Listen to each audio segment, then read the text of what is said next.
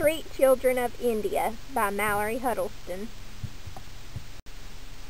According to Abhinav Singh and Bharti Pruitt's 2011 article in the Peace Review, street children are children that are deprived of family care. They may have run away from home because of a bad home life or may simply lack family support in some form. These children range in age from 4 to 17 years old. In the 2011 article titled Substance Use and Misuse, written by Shardhir Sharma and Rakesh Lil, there are 3 types of Indian street children. First are the children that live and work on the streets and have no contact with their families. Next are children that live on the streets either with their families or that live alone on the streets but still have contact with their families. Lastly, there are children that live with their families but work on the streets and spend the majority of their time with other street children. In Substance Misuse and Use, which is published in 2010, there are 3 million street children globally. These children can be found in undeveloped and slowly developing countries. India contains the largest population of these children, with numbers reaching at least 18 million. Some children, according to the 2010 Substance Use and Misuse article, find jobs as vendors. They will help the vendor owners on the streets, and the owners see the children as cheap help. Other children find things in the city to walk around selling, as in the picture. This picture illustrates a child selling small trinkets while people wait in traffic. Younger children who find it more difficult to find jobs may resort to begging on the streets. They regularly stay at the train station and win the sympathy of incoming tourists. These children that beg do not have jobs and may have to scavenge through restaurant trash for food. Singh and Pruitt report that children sell anything from refilled water bottles that are found on the streets to newspapers to flowers. If the children cannot find any other way to make money, they may resort to pickpocketing or even becoming a thief. In 2010, the 4 authors of Substance Use and Misuse described many problems with street children. These children are oftentimes labeled as criminals.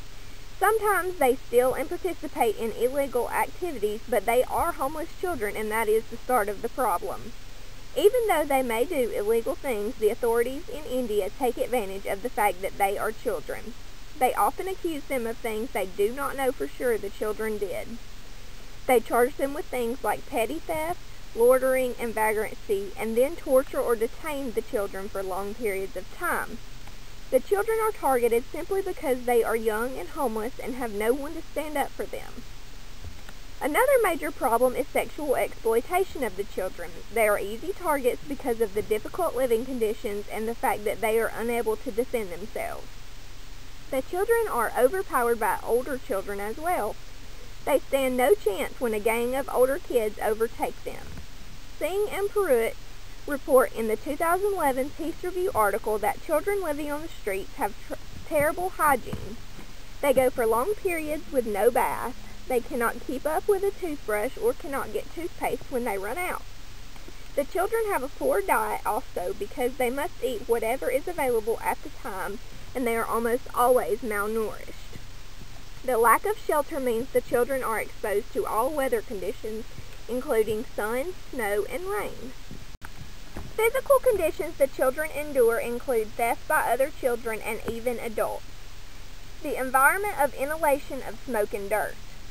The substance abuse of the Indian street children is something that Sharma and Lal have studied in their 2011 article of Substance Use and Misuse.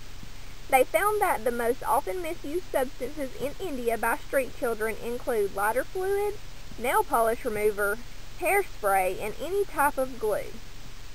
The children see this as a way to gain benefits such as increased activity level, more physical strength, decreased appetite, and sleep induction. To a child that knows no better, this is a great thing to do because this helps them at the time but causes big problems for them later in life.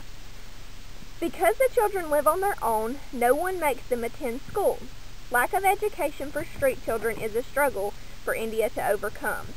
In 2006, Pat Orvis wrote a newspaper article describing India's hole-in-the-wall education system. This system is like an ATM to us. Placed randomly through India's streets, the computers are in the wall for children to simply walk up to and learn from. In 2011, Sharma and Lau discovered the percentage of children between the ages of 8 and 18 that use the following drugs. Tobacco is used by 76% of children. 48% of children use inhalants. 42% of the street children drink alcohol. And almost 16% of the children smoke cannabis. This picture sums up everything for me, because these are young lives at stake and no one is doing anything to try to get them on a more straight path. Their parents cannot afford them or simply do not want them, and the government isn't intervening in these young lives. So I'll leave you with this question. Who do you think should be responsible for taking care of these children?